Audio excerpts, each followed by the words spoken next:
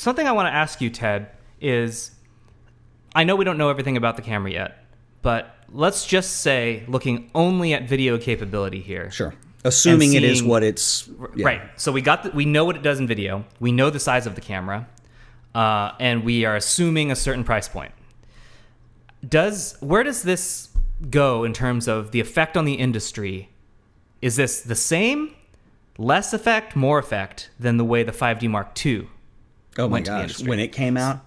Yeah. So is it like, will this have rippling effects on the industry to the same degree that the 5D Mark? Because the 5D Mark II created hybrid video cameras, which now are the entirety of the market. No question. And it launched many careers, myself included, because all of a sudden I was able to shoot video like a photographer in terms of what I expected the image quality to be. You know, that is a really interesting question because, like I mentioned, the 5D was a little bit accidental.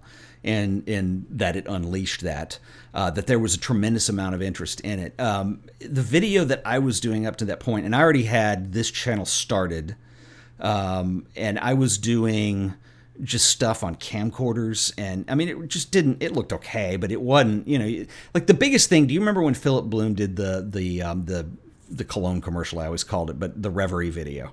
Yeah. And that video, I remember everybody watched it. And you watch it now, and it's kind of a little on the silly side. But at that point, you'd never seen depth of field like that in video before, like a blurred out background that was that smooth. Now you look at it, and it's so shallow, like almost nothing's in focus, and it's kind of laughable.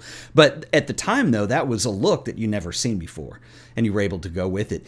What's interesting is with the R5. These are specs that I have the feeling, because of the processing power, everything else included in that, of course, time will tell. But my gut feeling right now, and feel free to have a different opinion on this, is that, with 8K, the rendering times, the processing power on your computer, and it's not like you're just going to casually shoot 8K like you sort of could with 4K. 8K is a different animal, and like, when you see it on a phone, it's kind of funny, like the Samsung has it now. There's no reason for that on a phone. If you know why you need 8K, you'll know why. So it'll just be interesting to see what people do with it. I don't know that we could answer that question. Of course, you have access to 8K now, but it's prohibitively expensive. So the same with video on the 5D. What happens when you turn that over to an audience that can all of a sudden afford it, and what creative things are they going to do with it? What are your gut feelings on that? I've made the argument that certain creatives, certain short films or indie films would not have been possible without Panasonic's GH series. Oh, no question. When I look at those, and those are definitely not top tier video features, they were always very good, but never the best. And then I see the S1H, and I would then make the same argument. Hey, this camera is so much cheaper. It's a Netflix approved camera. Mm-hmm. You can do more. You can put yourself in more places because of the equipment that's available.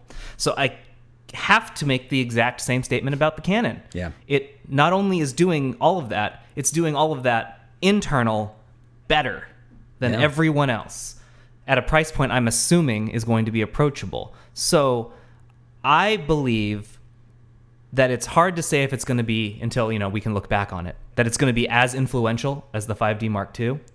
But I want to say that because of Canon's brand power, it is going to have more of an influence on more people than any Panasonic camera ever has. Because Panasonic is this kind of small cult group. Right. We shoot with it because, we're in the know. We know sort of thing. But like, you go to anywhere, you go touristing anywhere, and you're going to see a Canon camera. A lot of Sonys now, too. Yeah, sure. But for the past 10 to 20 years, it's been the Canon strap that I see. Well, and I think also you have to look at historically. I mean, from a photography standpoint, Panasonic was newer to the game. That was a video company known to be, Canon and Nikon were always the still photo guys. So for them to come across and do video really appealed to people that were not already in the video world. I don't know. I think it's fascinating because what it comes down to, I mean, will it be as legendary as the 5D Mark II? Maybe. But we won't know for another 10 years. No, but the bottom line is that you are in a really interesting situation when you provide affordable tools within reach to people who are going to be creative with them. Tools that normally would cost more than 2 cars. Yeah. Oh, easily. Easily. they're now able to. I mean, I just tingled a little bit. That's insane to me.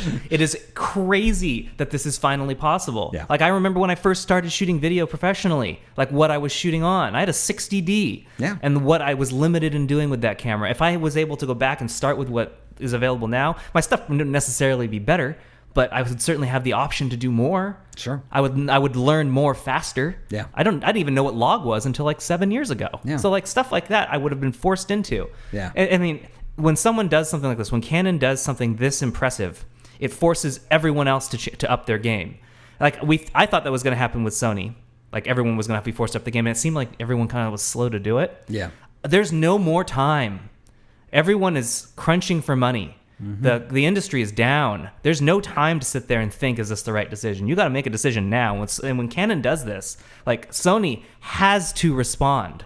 And it might not be for another year because Canon, products don't come out, because of each other, which is something that a lot of people make the mistake of believing. No, they don't. But there's got to be a response, and I think that there will be a ripple of things like if one company can do this, why can't we? That's what I want to hear every company ask themselves. Well, Nikon, here's the Panasonic. thing. It can be done because when Sony was really pushing a lot of their core innovation with Alpha series, especially when they went full frame, we've talked about this before. It's like every year, it was like every half a year, it was like more stuff, and it was expanding. And it was always impressive to me to see that coming out of a corporation, one from Japan too. And that's not an insult to either, but a corporation is a lot of people, it's a lot of moving parts, and culturally, Japan have respect for their history. So to turn on a dime and think in a new way and do something different is really unusual to find with a company like Canon, Nikon, Sony, any of them, Yep.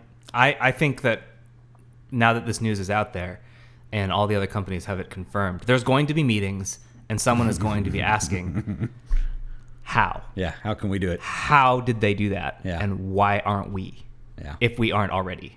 Oh, wow. I really hope that that's what's happening. Like, I want Panasonic to be like, we're doing this because we love video. That's what they tell us. The only reason they stay in this market is not because they want to take it over. It's because they want to do a good job and they really enjoy it. So they're going to see what Canon's doing. I think they're going to see that as a challenge. Yeah. That makes me so excited. Everybody but Nikon. They'll look at it and say, well, do we have any engineers still working here? Jeez. Sorry, that was I'm going to have to edit that out. That was a low blow. That was a dig.